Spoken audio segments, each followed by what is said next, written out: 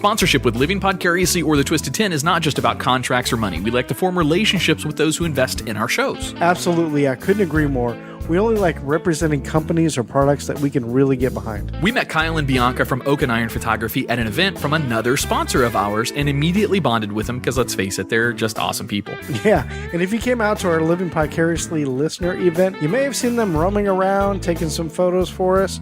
They captured so much joy and emotion in those photos that night. It was amazing. Yes, it was. Now, Adam, I'm kind of a amateur photographer, so I can appreciate how difficult it really is to capture moments like that. They shoot events of any kind, weddings, lifestyle photos like maternity, couples, families, you name it. Not only do they capture moments that your grandmama will like, but they also put that Oak and Iron personal style and spin on what would normally be considered traditional photos. Oh yeah, that Ring of Fire shot from our event was awesome. Hell yeah. Their photos not only capture the raw emotions, but when looking at them later, you are transported back to that day they were taken. You'll see it on their website. They capture, quote, the real moments for the true at heart. Nice. Head on over to oakandironphoto.com to check out some of their work. Also, you can click the Contact Us button and get a quote of your own. Go and check out oakandironphoto.com and let Kyle and Bianca know you heard about them from us.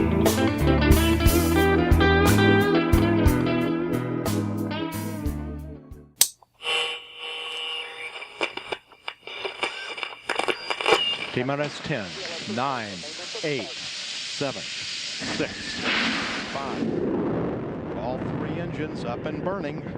2, 1, 0, and liftoff. 1, 2, 3, 4. You're listening to The Twisted 10, bringing you original and unique host-created top 10 lists, recorded live in world-famous Cocoa Beach, Florida.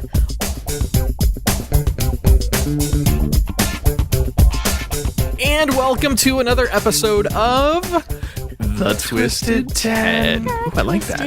We should all do that from now on. Yeah. I'm Adam. I'm one of your regular hosts for this show, but lucky for the listener, I'm not the host tonight. Of course you're not. Sitting over there in seat number 2, and also for his birthday episode. Happy birthday, Tach. Happy birthday, Mr. President. I took that from you. I'm sorry. I'm sorry. Who are you over at C2? Oh, sorry. Hi, I'm Tach, and I am also not hosting tonight. I'm just a birthday guest. For your birthday, it's going to be the top 10 hookers we hired to come fuck you. Yay! Happy birthday. Good list, huh? Do you have to pay extra for the guilt and STD later, or? They all said they drank the Lysol, so they should be clean. Wait, is that how it works? Let me write that down. Yeah, that's how it works. And over on the lady chase. Hi, this is Andrea Joy, and as you know, I will never be the host again, but if some listener really wants me to be the host again, go ahead and mail me some glitter, and I will do another list. Send nudes. That's what we're going And then, Why do I see our listeners sending glitter bombs in for Andrea Joy? So that backfire because not what I saw, but- Andrea Joy would love glitter bombs. Right. You know, And then most I'll people do would get more frustrated. lists. She would love them. And then I'll do more lists. I thought it was going to be like bedazzled dick pics. And I've like, got some glitter sick, like all over the head of your dick and stuff. I have some sick, twisted things inside my brain that I could do lists on. So just Well, if you're saying. not going to do it, throw them my way and I'll do them. No, those are my sick, But twisted. we'll But never over hear next them. to me, we have. Yes. Hey, guys, I'm Mr. Wilson. What? Mr. Hello, Mr. Wilson. What's up, guys? And I am your host this week. Wait a second. I don't think has he ever done this before? Virgin, like a virgin. Yep. Doing a list for the very first time, like a virgin. So I'm pretty stoked about it. It's Nice. going to be cool. So I guess, I'm going to give it a go. I'm going to take this. Oh, do it. Hell Yeah. yeah. All right. Let's see. Let me know if I miss anything. All right. So if you have not listened to the Twisted 10 before, there are a few rules behind our list. One, it has to be a list of 10 things. It can be a top 10 and something. It could be 10 things that made you laugh the other night. It's, it's your show when you come in and host it. So this week, this is a list of 10 things that I thought were pretty fitting for my topic. That's good. That's Did I do why. it? That's Yeah, why it has- we grinded up and mutilated monkey meat, like And then chopped up baby parakeet. Feed it to an elephant. And Adam? You're going for me for this crazy improv? You guys are down this tunnel by yourselves. You guys run with it. And take it away, Mr. Wilson. Well, hang on. What, So, you got yes, it has to be unique. Can't be a ripoff. He has to reiterate. Well, we got to make sure we cover. All right. Make sure we cover He's the the details. Oh, yeah. Yes, it can be anything that you want it to be. The topic. There are no things that are. There's not a single list that's off topic. I mean, we've had Shit Dabs K just hosted the top 10 myths about reefer, all the way to sexual. T.S. Madison. You could do the Yes. top That 10 got awesome. shits. You could do your top 10 healthiest shits. Yeah. Or you can do top 10 achievements, or you can do the top 10 greatest directors who have never won an Oscar. Top I don't 10 know. Disney princesses. Somebody can steal that. I just made it up. You can have it. You free. you can keep that one, buddy. I'd love to do that one. That'd be What awesome. are we doing today? All right. So, yeah. so You don't. my- Hey, by the way, before you start, you don't have to throw him the keys because he's part of the cast. Oh. That's true, yeah. Well, already do you has have keys. your key? I don't think he even has a key He yet. didn't have a studio key yet. We haven't given him one yet. No, not for the show. I This want is to first coin. time. I'm serious. I want to never got coin. a key. I want to coin a phrase for what a virgin experience would be on the show. Let's ask our listeners.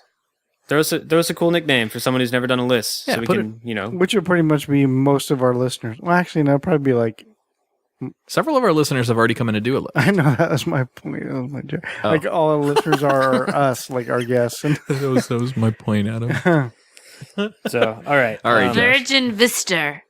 all right. So my list is 10 of my favorite epic failures that led to a booming success. Ooh, Nice. I are you talking like about that. like anybody or your specific?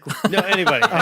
None of these So are I was mine. 4 years old. I was like, and- damn, you're fucking successful. I thought it was Josh. I can't even name one. I mean, Like, Mr. so- Wilson, I'm punished. How would it?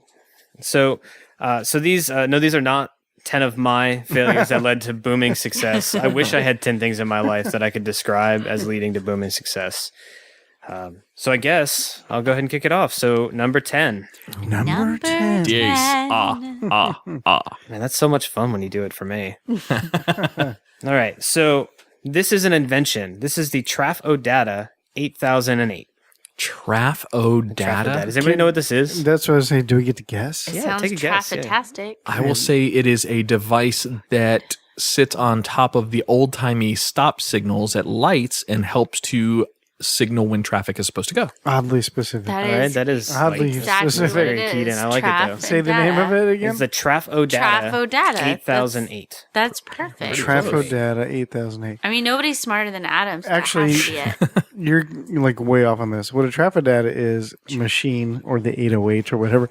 That one is the model that sat near the computer because it was a certain kind of teletype printer. It was the Why are you shaking your head? I'm not done. I was just waiting for Andrews. I thought you were done. Hey, keep going. hey, Keep Sam. going. That was a quote from Hit the movie. bottom right-hand button on that thing for me, please. The bottom right-hand button. I'm not even gonna look. What it really Is it? is.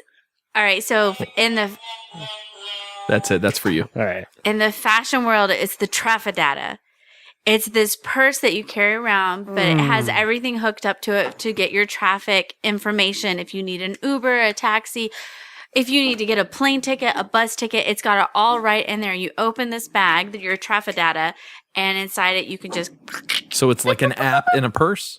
and then it'll do it right there for you. So, you're drunk to go. You can just push a button right in it. Did you say you're drunk to go? Drunk to go. Drunk to go. Are any of us even close? Well, so you and Tach are kind of close. See? That's what I'm Kinda. talking about. You right. wouldn't let me finish. So the Whatever. Trafo-Data, it was a machine that was invented by Bill Gates in 1972. Oh, wow. It was a device that used the old 16-bit paper, like the punch yeah. printers. So the way they did it when they measured traffic, it would use the pneumatic system, like we still have the thing they put across the road and you run over it. It just tells the computer how many times someone's driven over it. So it used to be pneumatic. It used to be air pressure, and that's how he measured it. Well, it was a very manual, very tedious task to go through. And to get your traffic analytics, it was people manually writing down this road had this many cars and like counting them down. So what they were intending to put together was this device that you could run the sheets through. It would read them, and it would give you the information automatically. It's called the 8008 because it was built upon the new Intel 8008 processor. Oh, I figured there were 8,000 other mistakes. 8,007 mistakes. So they got it put together. They got it working, and they actually got a meeting with the traffic division for the state of Washington. This is out in Seattle, and so they got it together. They got the board there. They were really interested. The conversation was there. Deal was already being struck. This was just kind of the showcase, so they could sign the whole deal. And they showed up, hooked it up. Did not work. Blue screen of death. Yeah, just no results. Nothing added up. Complete and total failure. So they were able to salvage it a little bit, and they sold some. They worked it out, and they got it working. They sold it later. But what ended up happening is they had to write their own code for the 8008 processor, and they were ahead of the game because it was brand new. Microprocessors were very new in 72, and that flopped, and they redirected, and it ended up becoming the baseline for the code that they used to write the first iteration of Microsoft Windows. Really? Yep. That's where Windows was created That from? is the absolute earliest inception stages. But isn't somewhere in there the time that they stole the Apple OS from Jobs? They somewhere in that time frame? No, I'm just kidding. That's really cool, though. Yeah, so that was That's so interesting. an accidental failure led to what is now the standard for the world. I mean, everybody uses Windows. Tack the caveat on top of Josh's number 10 a little bit there. Yeah. Do you know the microprocessor? Do you know where its origination was from? Because 72 is when this device was created, and that's the early iterations of microprocessors. Okay. So do you know where the first microprocessor was found? Roswell, New Mexico. Just saying. That's. I was actually going to say something just as... Roswell, New Mexico happened, and then all of a sudden, we now make microprocessors. Are you trying to, make me talk for the next 45 minutes? Because I can talk to you all day about this topic right now. Hey, maybe that's your next Twisted 10. What? 45 minutes of Tach talking about the history of microprocessors. That's it in most boring conversations. I don't mean the Tach. processor part, but about the whole spike in technology right around the Roswell time. There was an industrial boom in technology at that point. Extremely Yeah. industrial boom. It's the fastest, and it's still going. It's See our friends over at Hysteria 51 for some more information about that. There we go. All I'm sitting right. by my cake. So that's the By my trafo data. cake. All right. And number 9. Number 9. Nine. Oh, God. Nine. All right. No. All right. Wrong Whoa, words. whoa. So bubble wrap. Number 9 is bubble wrap. Ah, Bubble wrap's so fun. the most addicting thing I have ever touched in my life. You know Really? what? Except my dick. When I I was tell you gonna the say your history of dick is bubble wrap, mine. when I tell you the history of it, you're going to lose your mind. Really? Yeah, you're going to be so excited. You're going to wish that this had come to fruition. Okay. Okay, so bubble wrap. Engineers Mark Chavanez and Al Fielding created bubble wrap in 1960 in an attempt to create a new textured wallpaper. Oh my God. Yes. That would be awesome. So it was an absolute total failure. Did not catch on because you'd pop it once and It's done. And then it's done. So the idea was that they wanted, it's supposed to be solid, so it's going to be like bubbles on the wall. That I can get. It's the 60s. I'm on board with it. Didn't work out. But now they had a whole bunch of it, so they tried to market it as housing insulation. Roll it up, fill the Okay. gaps in your wood frame. Also made sense. Also didn't catch on. No. IBM had a bunch of stuff that they had to ship. So they bought it to fill a bunch of boxes, bunch of dead space in boxes. Nice. And that's how it became a shipping material. Because IBM just bought so much of IBM it. again. Yep. What's going on with those guys? Love Well, it. IBM is not necessarily Bill Gates. I know that. Oh, okay. But didn't we talk about IBM in the last We talked about Bill microprocessors? Gates. Oh, I see what you're talking about. Micropro. It's a stretch tack, but I'll give it to you. Okay. But so, Thanks. so they set it's his out. birthday. It's your birthday. It was a good one. Good one, Yay, Tag. Good one, Tag. Tag. I helped. So they set out to make wallpaper and failed horribly. Then they rebooted it twice. And it ended up becoming, one of the most prominent things in the world for shipping. So Yeah, that's staple. nuts. I would fucking love wallpaper. An entire room of bubble wrap. That'd be great. That'd be a dream for me to walk into a room full of bubble wrap. I bet I could get you into a padded room. Same principle. Same That's principle. exactly what I was thinking. But We're the going walls, to commit Adam? but the walls aren't nearly as I fun. have to. That's true. It is a Right. possibility. We're looking into it. I guess I shouldn't be selfish. It's for the good. All right, number 8. Oh, joy. Number eight. 8. Synthetic dyes. So for like dyeing Go dyeing on. clothing. Yep. Or so hair. I'm gonna have to read this one verbatim, just off a sheet. Or food. In 1856, dyes were made from natural materials. An 18-year-old chemist, William Perkin, wasn't out to change that. Initially, he focused on creating an artificial version of the malarial drug quinine. Unfortunately, his experiments weren't successful, leaving behind a dark, oily sludge. But then, he noticed the sludge turned silk a striking shade of purple, a color of purple more vibrant than he had ever seen. Yes. So, it became purple dye, became the new like royal fashionista color. It took over the world. Ooh, purple is for royal. Yeah, I was going to ask that question is if you guys know what the color back in the 1800s was to signify that you were royalty. Do you know why? Yes, because it was the most difficult color of fabric coloring you could come by because it only came from one or two types of animals, and those were squids, and it was very, very hard to harness. It was also at the time the only dye that worked, that was like had any long-term success. Nothing else held long-term because it was natural stuff like berries and shit that would wash out. Interesting. Really? Because if you get some berries on your shit now, some blueberries, it's not coming out. What did they wash their clothes in? We need to go back to then. They get a stream with rocks. They wash their clothes in shit. Well, we should start washing in shit if it gets those things out. Indeed. You get some blueberry juice, open that can to make the blueberry muffin mix, you're done. Gotcha. You're done. That's why they make aprons. Who's that guy over there? He's a king. How do you know he's a king? He hasn't got shit all over him. Come on, what play? Spamalot. There you go. Whew, that took a lot to get out of her, That's huh? a total Monty Python. That's the joke. thing. I thought you were doing some Oh. joke. Spamalot. Working on it. There it is. It's okay. It's his birthday. That video's getting tons of views, dude. Yeah, it's doing real well. A couple of our videos up there have like 1,100 views on them. Yeah. A couple of our Wait till you YouTube see videos Adam too. starring in Spamalot alongside his friend Tach. That'd be It's gonna fun. be great. So yeah, he set out to help fight malaria and instead became super wealthy off of fabric dye. Off of dyes, simple dyes. That's amazing. Cool. Little dial do ya? Indeed, they say that. All right. So number 7. Number 7. Siete. All right. So this one, you guys may know. It's much more recent. It's Olestra. Do you guys know what Olestra is? No. Ooh, isn't that a That's light sleeping. chicken gravy? Are we going to guess again? Go ahead. So it's Oh, you guessed light chicken gravy. No, I was. That's a line from a movie. All right, Olestra. That sounds like Isn't that a Olestra. drug that you take that To go to sleep? when you Ooh, take drug. Olestra Yes. anytime your armpits are too sweaty.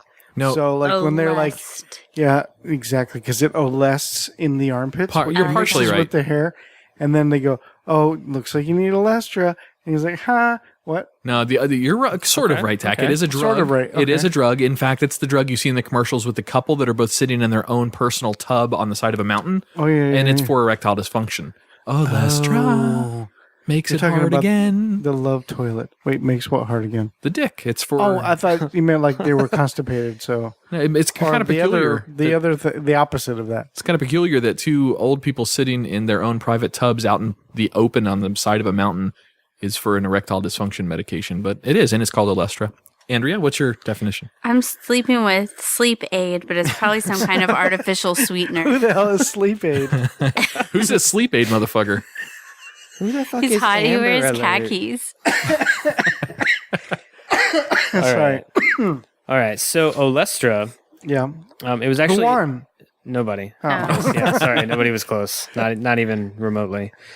So in the 90s, Frito-Lay released a line of chips that were branded Wow. They were alleged as a fat-free potato chip. That is a pretty big Wow. wow. Yeah, that was a pretty big claim. That's And what they it were- was. Jesus, you scared Don't ruin the it. fuck out of me. This is knew mine. it. This is mine. I knew it. I had parents in the 90s who wanted us all to be fat free. God, you scared the shit out of me. Sorry, it was like my brain of the I 90s gotcha. clicked in. Oh. But so it worked. I mean, it was a fat replacement. It tasted as if it was like fat fried potato chips, and they tasted great. However, The molecules were too large to be digested by the body, Uh-oh. passing directly through the digestive tract unabsorbed. Sadly, the result was similar to that of a laxative. Stomach cramps and diarrhea prevailed. Assuredly, those consuming the chips were exclaiming, "Wow," for the wrong reasons, writes Fast Company. That's all that was available at Grandma's. So now is it a diuretic? Is it like a pill that's specifically given to you for So you have flushing your diarrhea? system? Yeah. No, Laxative, I guess maybe? that was less of a failure that turned into something. It was more of just a failure that I thought was really funny. I like it. That works. So they did. It is still around. You can still buy fat-free chips that are made with it. And there's a disclaimer on the back. I forget what it says. I looked It it up. says something about a laxative effect. Is that what it says? Eating these potato chips will cause you to pee out of your ass. Basically. Yeah. May so- cause a laxative effect. Oh, did you guys ever hear about the Amazon gummy bears? Or Yes. gummy bears? I don't think Amazon made them, but they were selling them on Amazon. Are they sugar free? They're Haribo. So sugar Are they free. Haribo? Yeah. Okay, so they're like a sugar-free thing, and it's to the point like if you've never heard of them, if you're go and just look up sugar-free gummy bear Amazon horror stories. Just go Google it. It's not only Amazon though. It's all sugar but- free. It's the sugar alcohol. But the reviews section Oh, is where you want to go. You want to go to the reviews section. It is, it's beautiful. Abysmal. It's in just there. like painful 8-hour length diarrhea. Just they're horrific stories. So it's just that is an epic product launch right there. So yeah, Alestra, it made it. It's still around, but yeah, it gave you the shits. You got that right there. You do have a button. Oh shit! Sorry, it's my drink. Were was you in the way. drunk or something? I know, right? There you go. There you go. I helped. So the next one is also a recent event. This is it's actually the Samsung, the Galaxy Note 7 What debacle. number is this? This is number 6. Number 6. The Samsung Galaxy Note 7. Yes. So this is obviously a much more recent event. We all know what happened. They put out a bad line of batteries plus software that caused their batteries to explode. Oops. It was such a global event that there was a 100% total recall discontinuation of the product. Yep. The Note 7 died immediately. They didn't even try to revive it through marketing. They just owned No it. It's more. like, our bad. By the way, if you have an Edge, an S7 Edge, just don't mind the fact that you have the same battery. What? Yeah, it is the same What? battery. What? However, it's not going to have the same problem. It gets Yes. so hot though sometimes. I'm trading it in for an iPhone. Both of us have S7 edges. Trading it for Me an too. iPhone. That was the irony. I Yeah. also had it up until like a week ago. It's fine. Yeah, and then you It's give it to your perfectly fine. pregnant wife. I did. Do you have insurance on her? Because now I'm going to After get the scared. first. Oh, God. Margaret, you can move in with us. Wrong button. Sorry. Damn, it's so loud. He's trying to murder his wife with his Galaxy 7S Edge. Not really the sound I was looking for either, but But it worked. But so, to Samsung's credit, they did offer, like I said, a total. You can either get a total reimbursement for the phone, or you could swap it out for one of the other lines that was current at the time, S7, S7 Edge, and So I something- can and go something change else. this out? I don't think you can. No, No. not for you. It was only if you had a Note 7. Note 7, not Samsung But Edge. it's the same battery. It is, Yes. but it was the battery and software combo. It's not the same software. Yeah, that makes a lot of sense to me as a no-brain when it comes to that stuff. But I'm saying, yeah, go trade it in. Adam will help you. I'm just a person You who's motherfucker. freaking out. All right, so yeah, but they did that, and then they did also turn it around, and right at the same time, coincidentally, and I had it, and the Note is gone, but it went up in flames. My Note's gone. That was definitely That was pretty bad. Don't worry, Andrea. I will. I'll take you to the store, and you can take your Samsung Galaxy S7 Edge. Not a plug for them, but you can take that and trade it in for an iPhone. What we can do is get you the latest iPhone, which is what, Tach, the iPhone X. okay. I don't want to get into this right now. Whatever the latest iPhone is, we can either get you that or its equivalent version of a Android phone, which is a model from 4 years ago. So whichever one you would like, we can go get, because they're the same. No, they're not. I'll They're take the new close. iPhone. Identical. No, they're not. It's two completely, totally different. Like, just take. Can I ask one question? Can I do one? Just one? Can we promise Of this won't course. turn into a Yes. thing? then why does the current iPhone on all performance tests meet or exceed the current Android flagships? Speaking as someone who has an Android phone, they still perform the same. Yeah, with the exception of a couple pieces of the phone, like its ability to process is amazing. And I've never said anything bad about that, except its screen, its RAM. Can I vape while y'all talk about that? Everything else. No. Yes, we're boring our listeners. You went right back to hardware. Yeah. You didn't answer my question. That's fine. We'll do, I want to talk about this on the break, though. I'm interested. All right. Oh, no. That was a totally fake vape. That was 10 through 6, right? That was 6, though. Yeah. That was 10 through 6. Cool. That's why I was starting to vape. We're going to take a break. Hey, by the way, for our listeners, we're going to be doing a live drawing tonight on the show for the next winner of the Brent Allen gift certificates. Yay! So tune in. We mostly post those over on our Living Podcariously show. However, the contest is for both shows. So far, we've drawn 2 out of our total 13 winners that we've got. And we're going to be drawing another one tonight. So stay tuned. Who do we have so far? So the 2 winners so far are Joel Vaughn and Nick Warner-Smith. Those are our 2 winners so far. I can't wait to put my hands all over our winners. Oh, me. There you go. I don't know if I can say that. No. Joel's got a You boyfriend. set me up for that. That's not fair. I didn't set anyone up for that. Maybe he's talking about Nick. Maybe he wants to rub Nick. All right. I don't know. What do you think I do with my clients but put my hands on them? On that note, we're going to take a break. We'll be right back.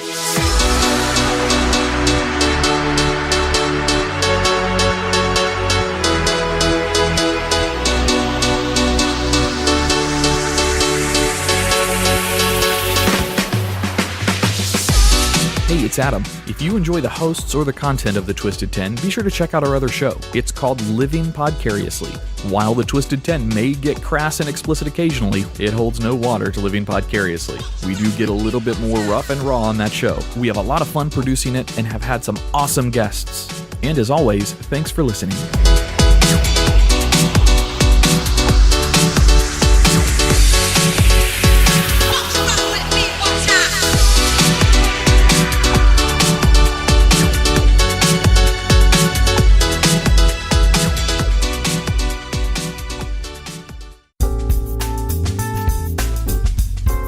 Andrea, we close most of our shows telling our listeners how they can come see you up at Brent Allen Salon and Day Spa.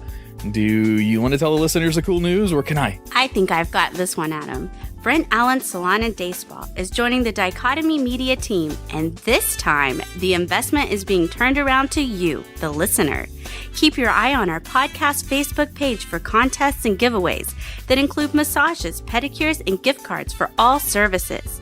Brent Allen is a Paul Mitchell focused salon, which keeps us up to date on the latest hair trends and fashions. The atmosphere at Brent Allen is inviting as well as comfortable. The spa brings the definition of tranquility into a reality.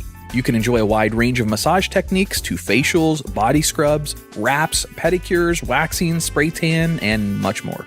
Brent Allen Salon and Day Spa is located at 3570 North Highway 1 in Cocoa, just 1 mile north of 528. Come in and see us in person or visit us online. The pricing and menu of services can be found at BrentAllenSalon.net or call to book an appointment at 321-639-7376. If you book with me, be sure to mention this ad and receive 20% off your first service.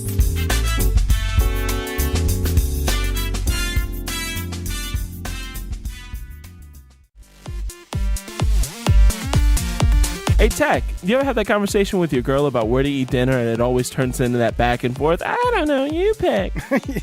Yeah, every once in a while, yeah. Yeah, well, I've got an answer for you next time that comes up. Oh, yeah? Where at? The Salty Fox in Melbourne off of Oak Alley Boulevard. Oh, nice. You know, I've actually been there, and the food was pretty awesome. Hell yeah, it was. They offer a great selection of paninis, shareable appetizers, soups and salads, and one of the best desserts I've ever had, the Funky Monkey. Oh, yeah, my favorite was the vintage options. They got this meal called ramen noodle on crack. You just got to try it out. Done. That's definitely what I'm getting next time. Put the fun between your legs at the Salty Fox every Tuesday night at 7 p.m. with the Oak Alley Arts District Bike Crawl. It's a 4-mile bicycle ride down Pineapple Avenue with stops for food and beer all along the route. Be sure to visit the Salty Fox every Sunday for brunch from 11 to 4. Hey, isn't that the $10 bottomless mimosas brunch? Sure is. Enjoy your brunch while the Salty Fox's DJ spins throwbacks and top 40 hits. Salty Fox is located in the downtown Eau Gallie Art District on Eau Gallie Boulevard. Check them out on Facebook at facebook.com/saltyfoxmelbourne or online at thesaltyfox.net. Hey, listeners, be sure to mention you heard about the Salty Fox on our show, and you'll get 10% off your meals.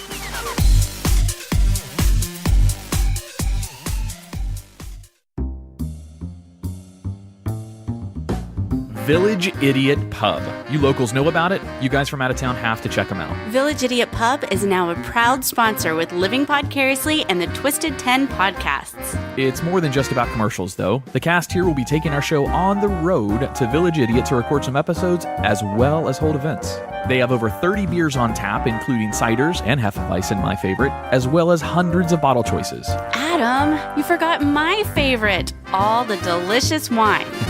So get your friends together and enjoy the board games, puzzles, and the giant Jenga. Let the owner, Jason, as well as the rest of the staff there, take excellent care of your beer drinking needs. Mention either one of our shows to the staff and get 10% off your tab. Tuesday is open mic, Wednesday is trivia, Thursday is karaoke, Friday and Saturday night are live music. Visit them at 4 Harrison Street, Suite 103, Cocoa, Florida, or Village Idiot Pub on Facebook. And don't forget, they are a dog-friendly location, so bring your friends, family, and fur babies.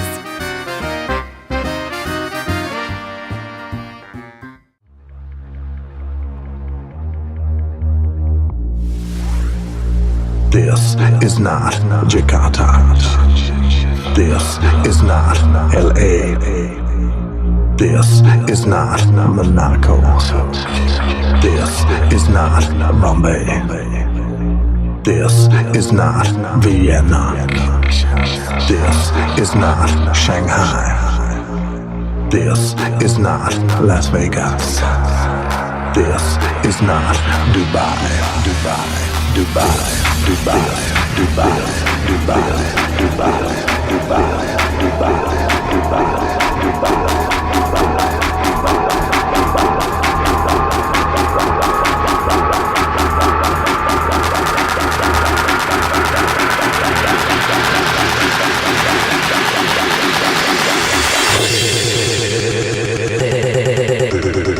This is Miami.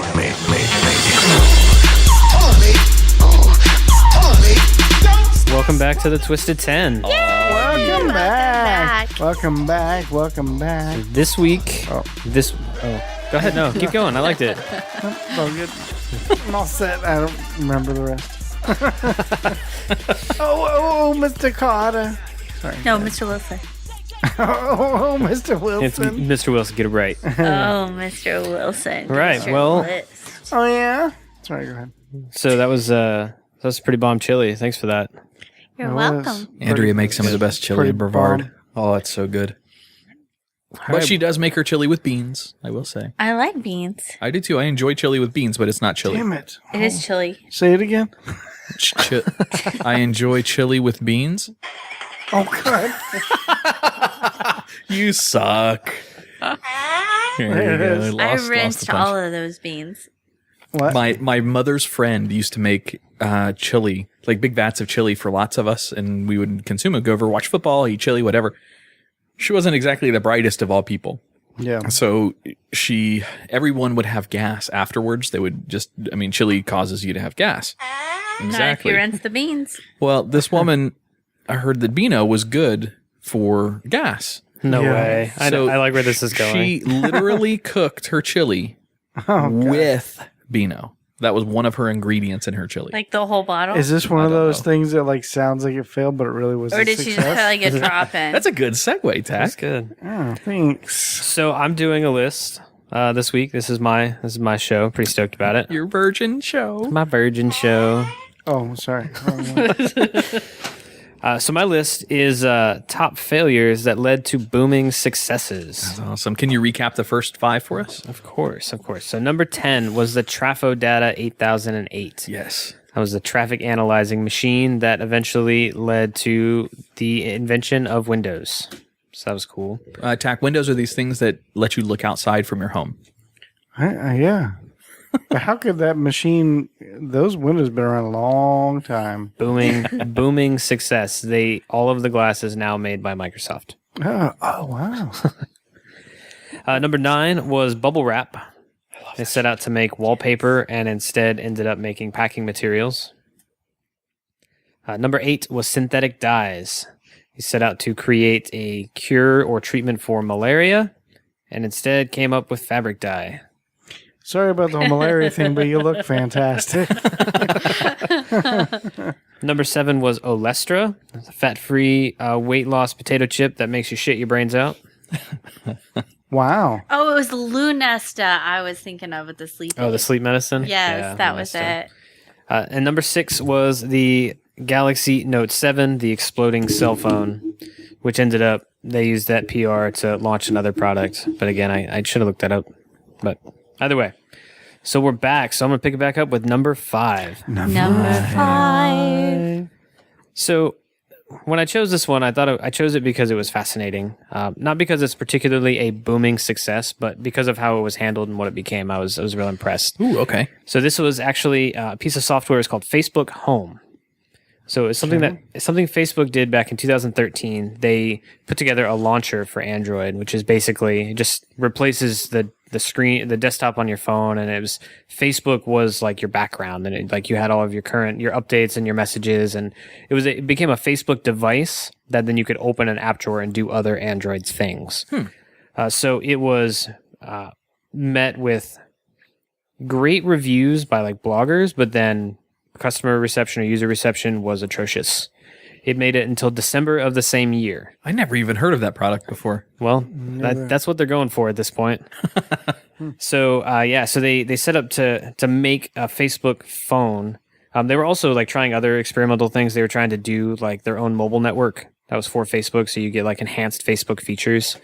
So that was kind of a weird thing. I'm glad that never came to fruition. ESPN did something with that too. There was like an ESPN phone. It was strange. No shit, that's cool. Yeah. So they tried to do that. It obviously fell through, was not received well at all. But what it ended up becoming is they took a lot of the key features and they just added them into the Facebook app. And that's also right around the same time that we got the Messenger app where they pulled it out of Facebook and said, use this. And that's why you can get some status updates and stuff on your friends in Messenger, because Messenger is what they wanted Home to be. Oh, okay. So they turned it around and they just rebranded it as this new app that just worked better. That's a way to go, Facebook. Yeah. Huh. Cool. Yeah. That's an interesting one. So when I was in Colombia, 2006, I think, that's when MySpace was still like the biggest thing in the United States. Facebook had not launched in the United States like it had during the rest of the world. It's one of the first things in technology the U.S. was behind everybody else on.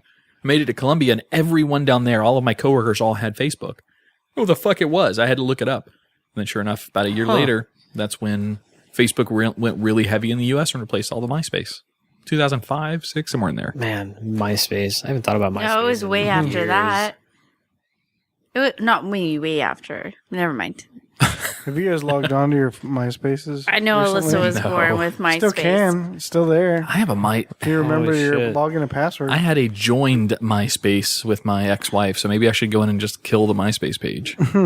It's quite fascinating. It's like going back in time. It's weird. I went on there. I've been on there 2 times within the past 8 years or so, just to look at it for nostalgia sake. And I don't ever touch or change anything because I still want it to stay there. All the pictures are still there. All the background I made last is still there. Mine probably still has the Katie Tunstall song playing on it. It probably does. Her face is a map of the world. It's a map of the world. You see, she's a beautiful girl. She's a beautiful girl. If you want some fun Everything nostalgia around her. of a lot of things you probably forgot about, it's going to be on there. It'll be fun. It was probably 6 months ago now. Does anybody remember Xanga? Xanga? This predates MySpace, not to sound like a hipster, but no, I don't recall. I think it's way better than Facebook. no, it was atrocious. But I recently went back and looked at mine, and this is 15 or 16-year-old Josh, and I was a shitty, angsty teenager. My face, my Xanga picture is me wearing black eyeliner. I've got a black beanie on. I had finger armor on my hand. Motherfucker had. I've seen a picture of Josh from a long time ago. He had a spiked armor on his pinky. Think about that for a minute. Yeah, man, that's the same picture.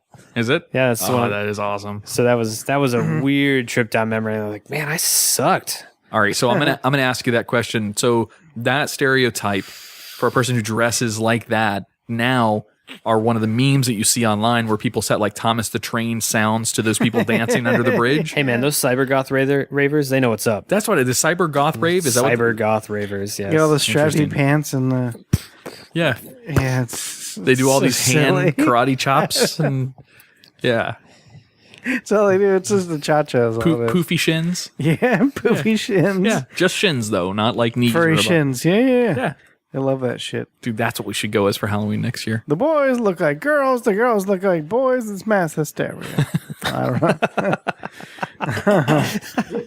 know. That's from mine. That's from my character. Your character? Never mind. That's for the Christmas show party. topic. Yeah. Gotcha. We'll come back to that. So yeah, that was Facebook Home. So that failed, became what we know as Messenger now. Now for number 4, this is also another fascinating failure that turned into a booming success, but this is a person. Number 4. Cuatro. Number 4. Right. I'm so excited. I'm in a hurry. I want to tell you guys all about my stuff. Tell us. So this is Jack Ma, founder of the Alibaba Group. Do you guys know who he is? Know anything about him? I know you said Jack Ma. I thought it was like a Star Wars person. Alibaba and the 40 Thieves. Alibaba and the 40. Jack Ma was the he was the founder of the Alibaba Group. What? Well, Baba had them. Is that the answer?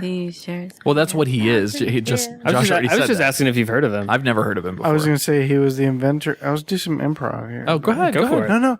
The moment's passed. It's your Go birthday. Cry if you want to. That's his party. I'm sorry, Zach. I just got confused. That was my No, fault. it's all good. No, it's fine. All right. Awesome. All right. So Jack Ma, that is not his real name. That is just what he's known globally and in the professional world. His real name is Ma Yun, and I'm sure I butchered that because they call him Jack Ma because no Westerners could pronounce his real name, his real Chinese name. So he kind of just took that on as his Western name so people could talk to him. But he actually set a record with the IPO for the Alibaba Group.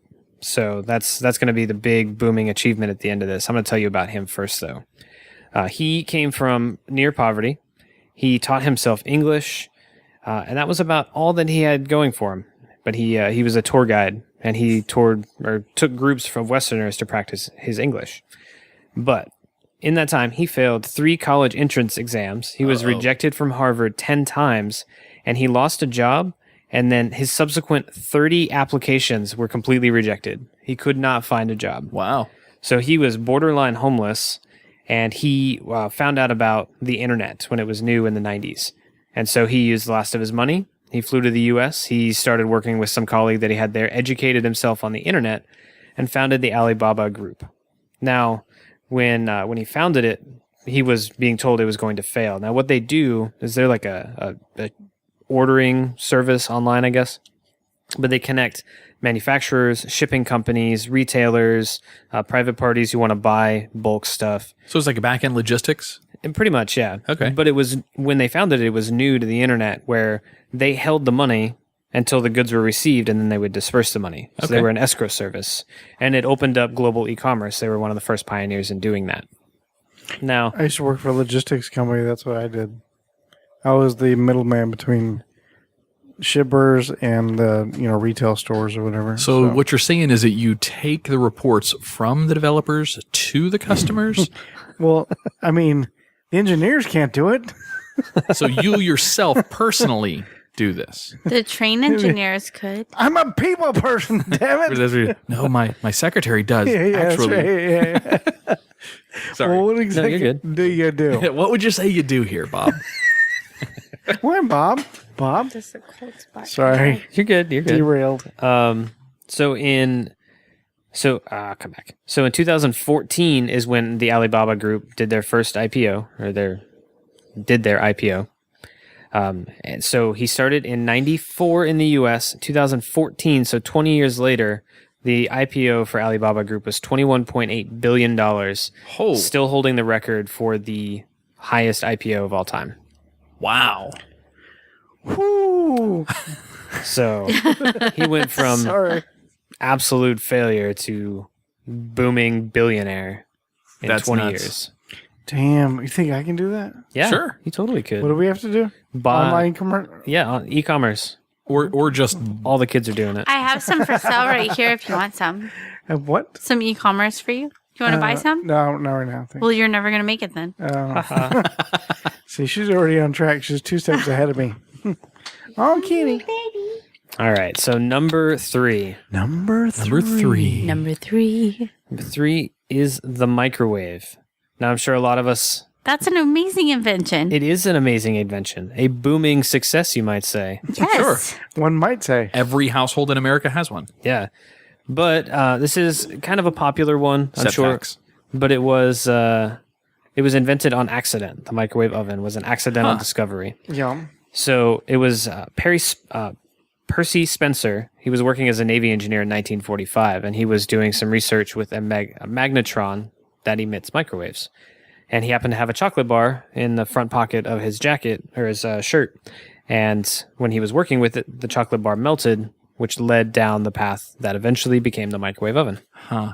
That means that part of his chest was also being microwaved at the same time. Maybe his heart, one might say. So that was an accidental discovery, which is good.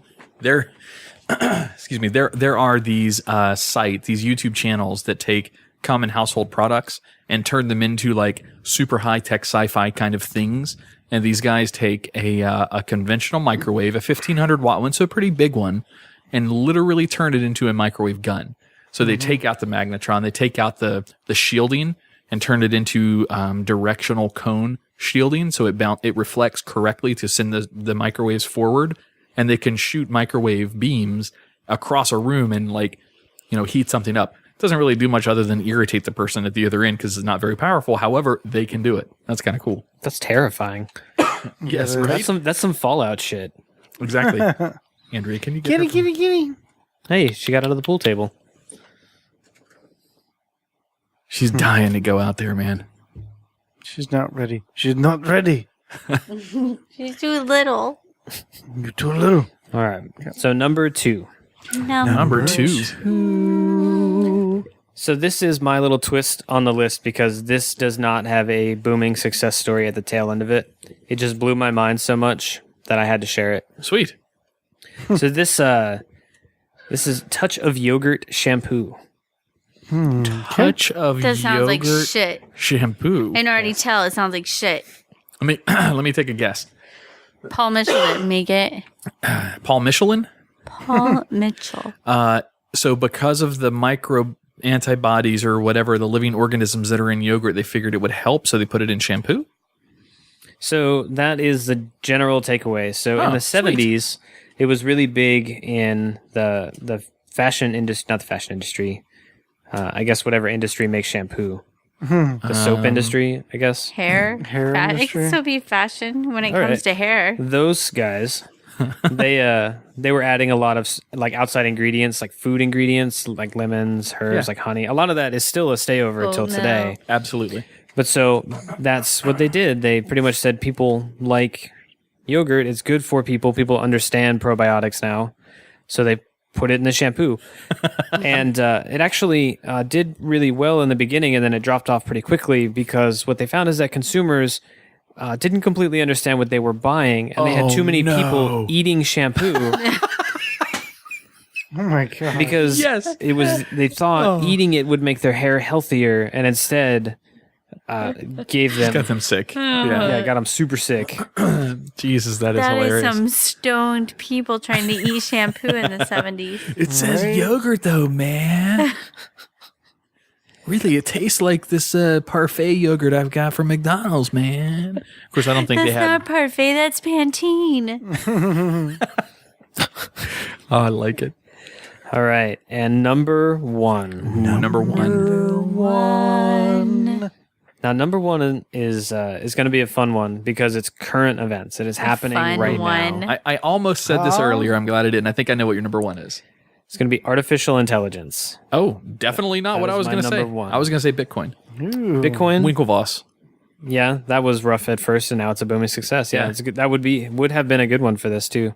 especially with what's going on right now. With That's the why I markets. thought for sure that's what you were going to say.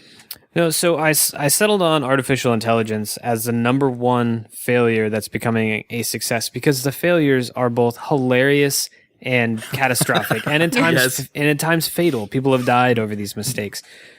So I just brought up it's actually a Tech Republic article that has all of them listed. That come on, take me to the website phone. Take me home tonight. So thanks to you guys for putting this together, but this was just too good not to have for my number one topic. So one of the things, so there was an AI that was built to predict future crime. More specifically, it was built to predict repeat offenders. I thought that was what Van Damme was for. Awesome. So it is obviously very Minority Report-esque in that regard. Precogs. Yep, but it was they had to stop using it because it became wildly racist. And it just said African Americans were more likely to commit crimes, so they shut it down. And they're just like, "That's wrong." I heard about this. Yeah. So that was a good one. I like this one. This is going to hit a bit closer to home for the gamers. There's a game that's out called Elite Dangerous. I think it might still be in production. But they wrote an AI for it, and I guess the computers can generate weapons, and they started writing their own code for weapons outside the confines of the game. And players there was nothing players could do. They were just destroying everything. No shit. They had to shut it down and rewrite the AI. So the AI was writing outside of what it was pre-programmed to write? Yep. Wow. Went outside its confines because it found the reward that it needs to progress, which its goal is to take down players. So it just kept getting better and better and better at that. Oh, that's awesome. There was this is kind of a sad one, but there was a crime-fighting robot, and the AI incorrectly identified a 16-month child and tackled it. Oh, that's not good. Kid did not die, got injured, but it got tackled by a small crime-fighting mall robot. You have 3 seconds to comply. Nobody? That's good. What's it from? What's it from? RoboCop. Thank you. Come on, man. I've tried saying a few RoboCop references, but it's. Let's see. Well, this one happened here in Florida. There was the Tesla car that was an autopilot that got into a head-on collision and killed the driver, or killed the passenger, I guess. The car was driving, so killed the passenger. There's another video of one of those auto-driving cars that they're showing off at a showroom at a dealership, like right out front of the showroom area, and there's like the managers and the stereotypical douchebag car dealership owner, because most of them are douchebags, and not our friends over at Discount Wheels, so we love those guys. But anyway, the guy was standing in front of the car, and the car fucking plowed him. It just took off all by itself out of nowhere and plowed right over him. Oh shit! He's okay. It just knocked him over in a way. Like Maximum Overdrive? But that was a great movie, man. But that's not AI. That was just some crazy ghost driver. Yeah. Ghosts and AI. What's the difference? Meh. A lot. Oh, okay. Sorry. We just opened a black hole in the studio. So Microsoft put out a chat bot that had an AI behind it, and it was meant to be a teenage girl to like connect with their teenage consumer base. And instead, they had to shut it down after a day because it became racist, sexist, homophobic. It was just all of the negative things of the internet people programmed into it while talking to it, and it just hated everybody. You glazed over that. That's an important topic to bring up for that one, because yes, that this AI that would respond back with these chat initiations from the internet, from the community at large, would literally learn based on the input it received from the community.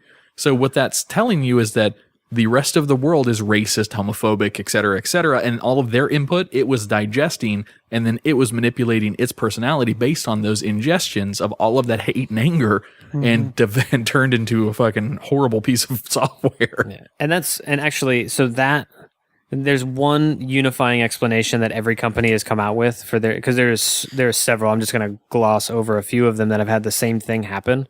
They all have said the same thing: small sample set. You can't teach it morals if the only people talking to it are racist, sexist, homophobic assholes. Right. Yeah. So that is definitely going to be a recurring thing. So there's another few in here. Pokemon Go. There are more points in predominantly white neighborhoods. Listen up, Ray Burrito.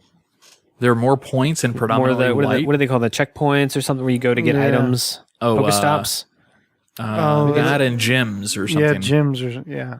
Let's see. So China had a facial recognition that became racist as well for repeat convicts. Same experiment. You all look the same. Google AI. Damn, dude. Alexa, cut that out. But here's another good one. This is how they finished their list. Insurance company uses Facebook data to issue rates, and it shows bias. It was using information that it pulled for new drivers, teenagers. And it was pulling their Facebook history and somehow parsing it, and it deemed certain, again, more affluent, predominantly white groups got better insurance rates. It shows here you liked Fast and Furious, more expensive. Because their parents have more money? Damn. I don't know. That one wasn't anything there. Oh. But, so that, these are just some of the failures. The fucking AI robots are the best. The ones that are autonomous walkers. And you see the tests that they give these things, and they kick them when they're trying to do the tests. I feel so bad for that. The memes that some of the people make, or the sound bites that some people make, all right, Harry, you can stop. I'm trying to do a task here. You gave me a task to do. Why do you keep kicking? Stop fucking kicking me, Harry. What the fuck? Oh, it's so humanizing them. It's so funny. That is called anthropomorphizing. Ooh, there's a. Is that a ding? I mean, if you want it to be a ding, it's a good SAT word though. Turning inanimate objects or objects and adding human elements to them. Gotcha. Wouldn't that be personifying? Or is that the writing mechanism? That might be for writing. I don't know. I always use it for other things too, like with animals. I just say humanizing. You're personifying them. You're humanizing animals. Hey Google, what's the definition of anthropomorphization? Wow. Anthropomorphization. To ascribe human form or attributes to. There you go. To ascribe human form or attributes to. Personify. No, that's anthropomorphize. That's too hard to say. I want to cap that with some of the good things that are coming out of AI. So sex robots. We do have sex robots. We have learning sex robots. That's fantastic. I don't want them and she talks. I don't want her to talk. I don't want her to talk either because she'll do the dishes. What do you need a robot for? I don't. Tack does, baby. This is for Tack. Then what do you care if she talks or not? Can I borrow it? What? Give me one and we'll talk. Do you change out the vagina when you No, you hose it out. You just screw the hose in. Can you imagine your neighbor? You're cleaning your boat in your front yard and you see your neighbor. Hey, Bob. What's up, George? Just waterboard my pussy. Yes. That is a sad dude who has one of those. Or the happiest guy ever. Did I just do the beginning of our episode? You might have just done it, yes. You always say that, but you never do it. Oh. Ha. All I right. noticed that. But so we do have some cool, really current practical applications of AI as well. So there are things in the home, things that we can talk about, like Google's Nest, or I guess it's not Google's Nest, the Nest thermostat. It knows when people are around, and it'll adjust the thermostat if it senses people. It knows time of day, and it learns your habits. So if you come home in the evening and turn the air down to 68 like Adam does... I don't do that anymore. Andrea pays the electricity. She won't let me do that anymore. So then it'll know, around 5, 6 o'clock, it'll just start bringing the air down for you when you get home and stuff. So that's kind of a really practical in-home application. But then there's other cool stuff, like Google has an AI now that's writing AI software, which in itself... That's the scariest thing I've ever heard you say. Super terrifying, but they're using it in a really neat way. So the example is that it can learn its environment, learn its parameters, and you can give it commands. It can learn a new machine. So the example is like a mechanical... Imagine like a factory arm. It would just kind of move to grab parts and drop stuff, whatever. But they can throw the software on it, step back, turn it on, and it'll run all of its circuits, and it'll learn how to use its arm. And then you can tell it, this point, pick something up, this point, put something down, and it just needs to feel the object. And it'll know, this is exactly how much pressure I can apply, and it'll do it as completely efficient as possible as written by a computer that does not have any outside influence other than, I need to do this. I am a cybernetic learning android. Right? Isn't that the line? It was close. Yay! Terminator? Yay! Nothing? Okay. So I did a Terminator reference earlier and nobody said anything. So it's just it's a really cool and like really exploding industry right now that, you know, we're going to start seeing stuff in the home, like, you know, how many people have a Google Home or an Amazon Alexa in their house? That's backed by AI. And that your phone, anybody who has an Android phone, everything you do that is reported as its anonymous analytics, but it's still processed by an AI on the back end. This stuff is so, I mean, it's really, really set to the Minority Report way of the future. Wait, not Minority Report. What's the one with Will Smith with all the little robots? iRobot. iRobot. So basically all the iRobots are connected to something like, oh, I don't know, the cloud, like all of our home devices, like this Google Home sitting over here on our left. It listens to everything you say. It only reacts when it's programmed to listen to the correct phrases. However, it's still listening. So it's still going to pick up everything we're saying. Like in this episode right now, it's listening to us. So there is... Hey, Alexa, go ahead and post it to iTunes. It's not Alexa. I know, I'm just saying that so I don't actually have her come on. Oh, okay. You want to turn her on? I always want to. Well, one of the biggest defenses for AI in that regard, as far as the iRobot, like, you know, going out of control, going on its own, is AI will only do something if it's given a reward to work towards. So we'll say, you know, change data point A to data point B, and we'll give you a flag that says you did it right. And it will learn like that's what it can do because it has to have a reward system, or it has no reason to do anything. It'll just sit idle and not process anything. So the idea is that its objective is governed by the laws of robotics, like in iRobot. You know, you can't hurt a human, so you can never give it an order that will tell it to harm a human. And there'll be nothing that will be able to overcome that because that will keep it from getting its reward mechanism. Huh. The threat then becomes rogue software that somebody else manipulates to change its reward mechanism. So it's the human factor that makes AI dangerous, not AI inherently. It'll never have a reason on its own to overcome humanity. Well, be careful. As its maker. Saying never is a difficult thing to say because when AI develops to being as smart as, you know, having a awareness about itself, the cognition of its own existence, that is when the software changes what its own parameters are for its reward system. No longer is its reward system what you've pre-built into it. Suddenly, that reward system becomes being self-aware. And then that's the scary part, the hypothetical part, the fictional part of AI. And hopefully, that's a scary, scary thing to think about. If computers can think, man, they want to have lots of talks with us about our internet history, I would imagine. Yeah, so that's my list. Good list, dude. Awesome. You came here with your inaugural, your virgin, your first ever list for the Twisted 10, and you fucking knocked it out of the park, dude. Boom. That was an awesome job. I guess Yeah. I'm supposed to like recap at the end, right? I'm supposed to go down the list. Nope, you don't have to, unless you really want to. Was there any twists in your list? No, the twist was just my yogurt shampoo. That was just a really strange failed product that I came across in my searches. Gross. Awesome. So, well, you're not really guessed. But Where can we catch you out this where can week? we see you at? So you can find me on Living Podcariously in the Twisted 10. Oh, sweet. I tell Yes, you, I love subscribe those shows. all over the place, everywhere podcasts can be found. iTunes, Stitcher, Facebook, YouTube. And you shout out at Team Teamwork. Yeah, I mean, Team Teamworks, they're dope. One Team Teamwork person already won one of our true. gift certificates to Brent Allen Salon and Day Spa as well. Yep. That's Joelle. Joelle. She won.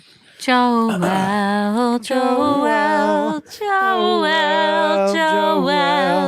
You won the gift certificate. Well. All right. Nice. All right, so if you want to follow us on social media, you can catch us at The Twisted 10 on Twitter, as well as The Twisted 10 on Instagram. Also, facebook.com/thetwisted10. And then also be sure to go check out our Patreon, patreon.com/thetwisted10. Here real soon, we're going to have every episode of The Twisted 10 that's ever been there available to listen to for ad-free, commercial-free listening. Now, here's the catch. Sugar-free, too. Our sponsors are really important to us, so understand that, you know, our short little 30-second, 45-second commercials that are in our shows are there for a reason. Number one, we love our sponsors because they're great to us. But number two, they help keep the studio operational. So what we want to do for our Patreon donors, I'm thinking even just $1 donation, anything, you know, in the donation bin for Patreon, you get all the shows for ad-free. So I think that'd be and it's relatively easy for us to do. So it's like 85 shows or 86 that we're already up to or something like that. So You can binge faster than anybody. yes, true. you can. That is very true. Andrea, where can they find you? I'll be at Brent Allen Salon and Day Spa. Bring your gift certificates or just come see me and make an appointment in general. Yay. Actually, speaking of those gift certificates, we are going to be doing another drawing tonight on Living Podcariously. Yeah. So you got to listen to that show too to see who wins. Yeah. You guys ready to get out of here? Yeah, man. Yeah, let's do it. All right. Well, thanks, guys. On behalf of the Twisted 10 tonight, I'm not your host. However, I'm Adam. I'm Tach. I'm Andrea Joy. And then over to our host for the evening, Mr. Wilson. Aw, thank you so much. Great list. Enjoyed it very much. Look forward to the next one. Thanks, guys. By the way, before we close, who's got next list? Not me. It's Not it. Not me. I just did one. No, I just did one. I just Oh, yeah. did one. I did one with Jimmy. I went with I Jimmy. think it's you, Adam. I think it's you, too. I think it's you, Done Adam. one in You guys are all forever. distracting. It's definitely No, Andrea you Joy. haven't done one in It's forever. one of you two for It's sure. it's not us. We're good. Well, then I will book a lot of guests. All right, guys. Thanks for listening. Have a good week.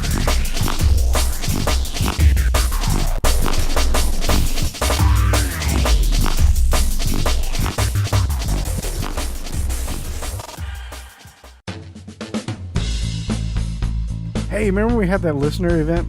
Yeah. Our first ever listener event from Living Podcariously. Yeah, 777, July 7th. Giant success. In fact, we just gave Keith with the Children's Hunger Project his money from that event that we raised. Indeed, we did.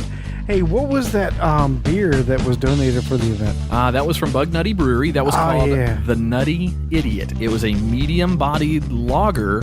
I don't remember the ingredients that they had in it, but man, it was good. We served 300 pours, all 300 possible pours that we could have out of their donation. We served very, very quickly that night. Yeah, it had like an Asian flavor to it or something. It was like, I don't know what it was. It was interesting. It was cool, though. I loved it. I think a little bit of a sesame flavor. Yes. I'm going to have to get that ingredient list from him. But yeah, that was really, really good.